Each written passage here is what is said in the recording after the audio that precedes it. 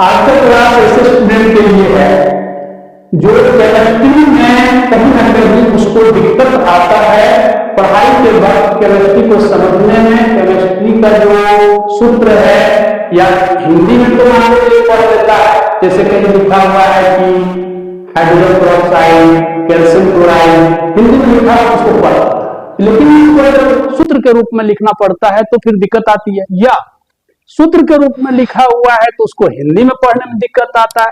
By the way CaCl तो पढ़ लेता है, लेकिन उसको हिंदी में क्या बोलते हैं समझ में नहीं आता है। उसी प्रकार से CaCO3 तो पढ़ लेता है, लेकिन उसको हिंदी में क्या कहते हैं उसको दिक्कत आता है। तो यह क्लास वैसे स्टूडेंट के लिए ही होने वाला है और मैं आपको कहता हूं जैसा मैं बताने जा रहा हूं, यदि आपने उसको फॉलो किया और यदि आपने उसको ध्यानपूर्वक देखा तो 100% केमिस्ट्री की आपकी बहुत बड़ी समस्या हल होने वाली है।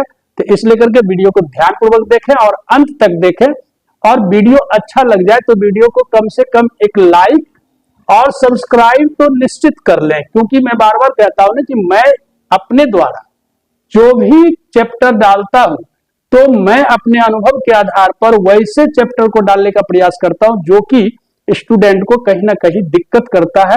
चूंकि देखिए बेसिक चीज किसी भी विषय को समझने के लिए, चाहे वो हिंदी, इंग्लिश, गणित, केमिस्ट्री, फिजिक्स, केमिस्ट्री कुछ भी हो, आपको उसको समझने के लिए उसका बेसिक चीज जानना बहुत जरूरी है, क्योंकि सारा का सारा चीज बेसिक पर ही डिपेंड करता है। इसीलिए मैं हर क्लास में प्रयास करता हूं कि बेसिक चीज को बताया जाए ताकि उसकी सभी समस्याएं ऑटोमेटिक हल हो जाए। तो आज मैं जो बताने जा रहा हूं ना, ये भी एक बेसिक पैटर्न है, बेसिक पार्ट है, जिसके माध्यम से आपका केमिस्ट्री का जो सूत्र समझने और सूत्र लिखने की जो समस्या है ना, उसको पूरी तरह से वो हल हो जाएगा। तो चलिए ठीक है, तो आगे चलते हैं। आज का क्लास शुरू करने के लिए मैं जो आपको बता रहा हूं, एक होता है क्षारीय मूलक। क्षारीय मूलक जिसको कि हम लोग धन मूलक भी कहते हैं, धन मूलक।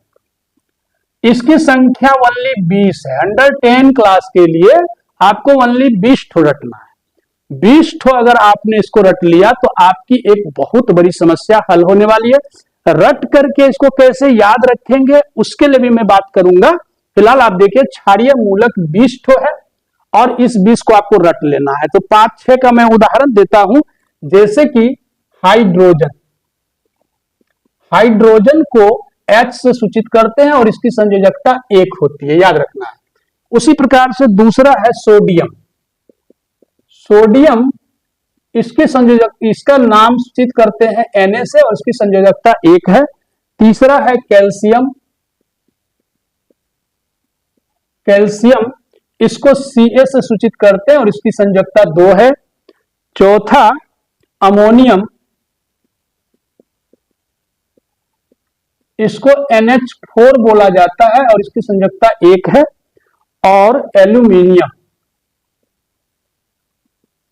एल्यूमिनियम इसको Al से सूचित किया जाता है और इसकी संयोजकता 3 है। तो मैंने ओनली 5 को इसलिए लिखा कि ओनली दिखा दिया कि इस तरह से आपको क्षारीय मूलक होता है जो कि 20 ठो है। उसमें आपको नाम, उसको सूचित संकेताक्षर जो है उसको याद करना है और इसकी संयोजकता को याद करना है। तो जब आप ये कर लेंगे 20 को, तो फिर आगे इसका उपयोग कैसे करेंगे ये मैं बताता हूं। फिलहाल ये क्षारीय मूलक हो गया। इसी प्रकार से आता है क्षारीय मूलक के बाद आपको याद करना है अम्लीय मूलक। तो अम्लीय मूलक क्या होता है? तो अम्लीय मूलक ये, इसको हम लोग बोलते हैं अम्लीय मूलक या ऋण मूलक, और इसकी जो संख्या है 31 गो है।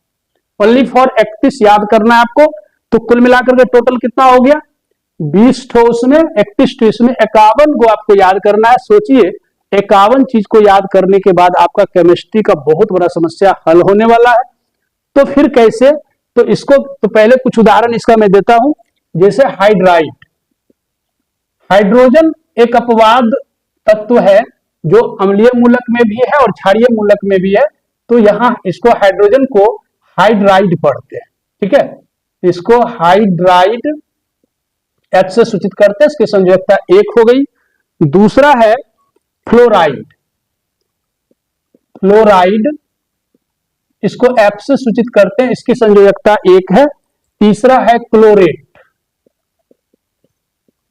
क्लोरेट ClO3 इसकी संयोजकता भी 1 है। अगला है कार्बोनेट, कार्बोनेट CO3 इसकी संयोजकता 2 है। अगला है बाइकार्बोनेट, बाइकार्बोनेट HCO3 इसकी संयोजकता 1 है। तो इस प्रकार से मैंने 5-5 दोनों का उदाहरण दिया। कहने का अर्थ है 5 क्षारीय मूलक या धन मूलक, 5 अम्लीय मूलक या ऋण मूलक, बाकी वो 20 होता है, 31 होता है। अब इसको याद करने के बाद देखिए, मैं ऐसा ट्रिक बता रहा हूं आपको कि अगर आप इसको याद करने के बाद उस ट्रिक को अपनाएंगे तो ये कभी नहीं भूलेंगे, ये मेरी गारंटी है। आपको मैं बता दूं कि केमिस्ट्री, फिजिक्स, गणित, हिंदी, अंग्रेजी कोई भी विषय है, उसमें जो कुछ भी आप याद करते हैं ना, उसको आप यूज कीजिए, उसको कहीं ना कहीं उसका उपयोग कीजिए। देखिए आप कभी नहीं भूलेंगे। चाहे सूत्र है गणित में तो उससे सूत्र से संबंधित कोई भी सवाल बनाइए, 5, 7, 10 सवाल बनाएंगे तो वो सूत्र बिल्कुल आपके ब्रेन में एडजस्ट हो जाएगा। उसी प्रकार से इंग्लिश का कोई वर्ड मीनिंग है, उस वर्ड मीनिंग को किसी चीज में वाक्य बनाने में, सेंटेंस बनाने में 10-5 सेंटेंस बनाइए, वो आपको सेट हो जाएगा। उसी प्रकार से ये केमिस्ट्री है, केमिस्ट्री में जो भी कुछ याद करेंगे अगर आप उसका उपयोग नहीं करेंगे तो निश्चित रूप से भूल जाएंगे।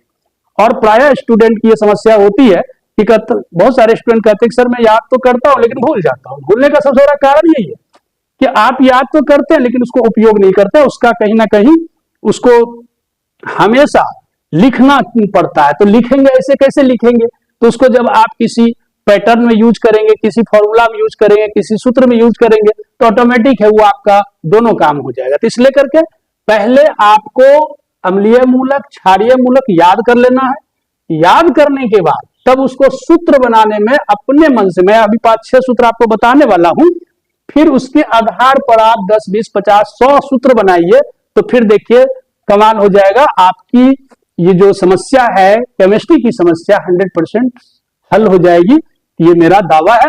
इसलिए आप इसको देखिए कि सूत्र कैसे बनाते हैं। तो सूत्र जो बनाते हैं ना, सूत्र के लिए भी 5-6 उदाहरण मैं लूंगा अभी।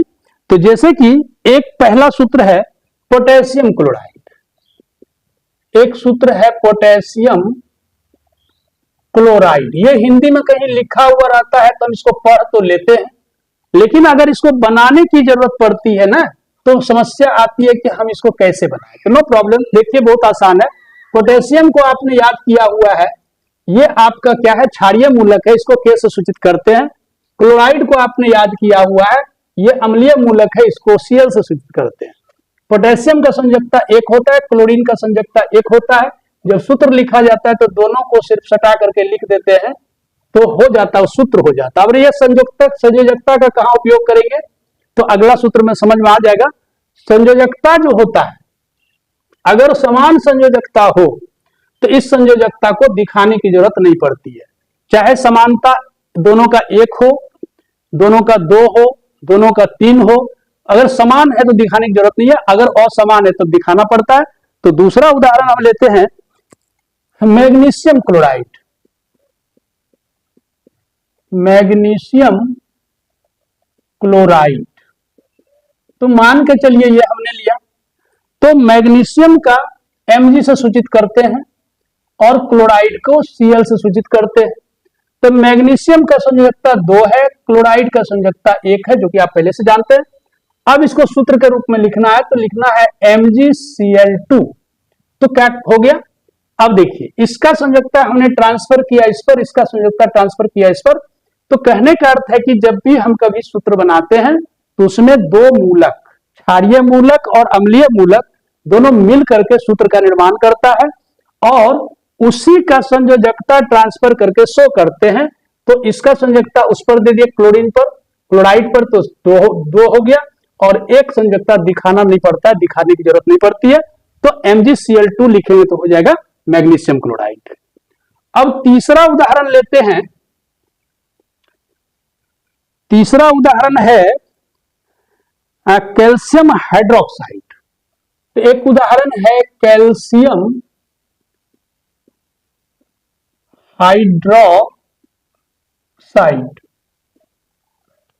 तो कैल्शियम हाइड्रोक्साइड को, कैल्शियम को Ca से सूचित करते हैं, हाइड्रोक्साइड को OH से सूचित करते हैं। और कैल्शियम का संयोजकता 2 होता है, हाइड्रोक्साइड का 1 होता है।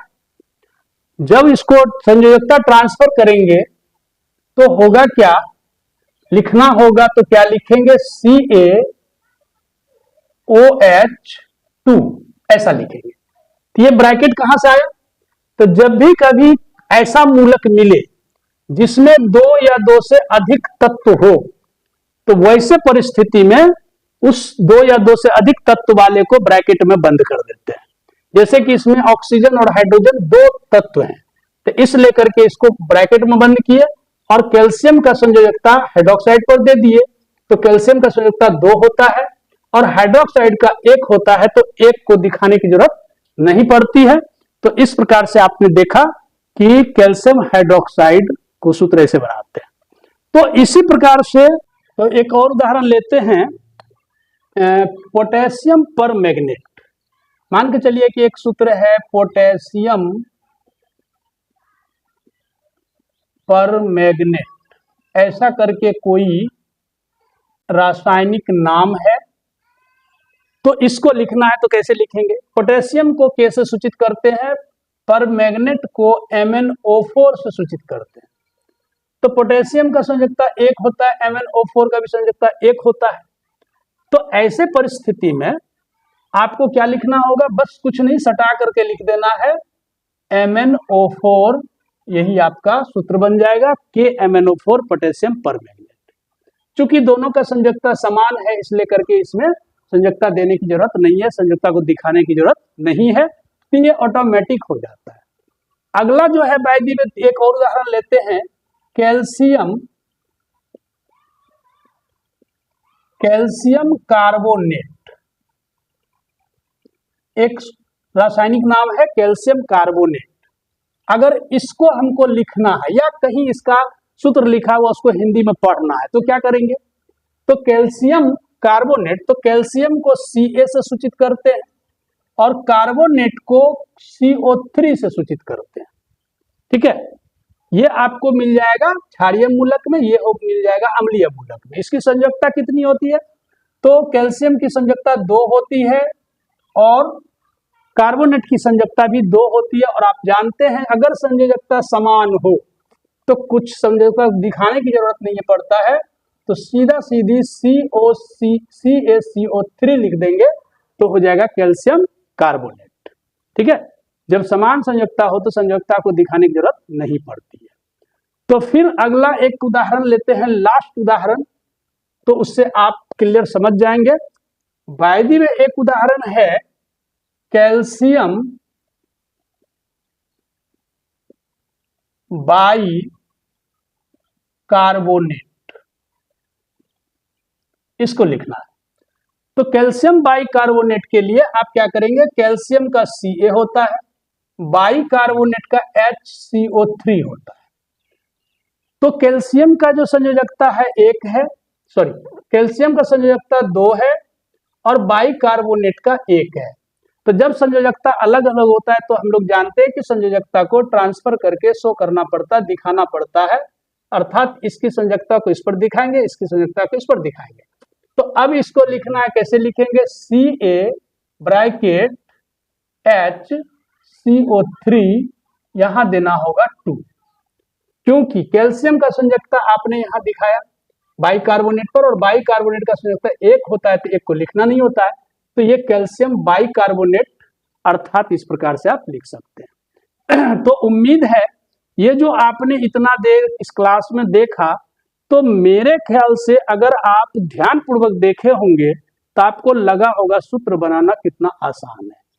तो सूत्र बनाना बिल्कुल आसान है, लेकिन हाँ, इसके लिए आपको क्षारीय मूलक, अम्लीय मूलक को रट लेना है और इसी पैटर्न पर बस प्रैक्टिस करना है। प्रैक्टिस करेंगे तो निश्चित रूप से आपका ये प्रॉब्लम हल होगा, और प्रॉब्लम हल होगा तो मैं कह रहा हूं कि आपका केमिस्ट्री का एक बहुत बड़ा प्रॉब्लम हल होगा, क्योंकि स्टूडेंट के साथ सबसे बड़ी समस्या ये आती है, वो सूत्र को पढ़ ही नहीं पाता है, नाम को पढ़ ही नहीं पाता है, और उस परिस्थिति में या तो वो चुपचाप रहता है या बिल्कुल तरह से इससे नीरस हो जाता है, इस विषय से उसकी नीरसता बढ़ जाती है। तो चलिए इसी के साथ वीडियो को समाप्त करते हैं।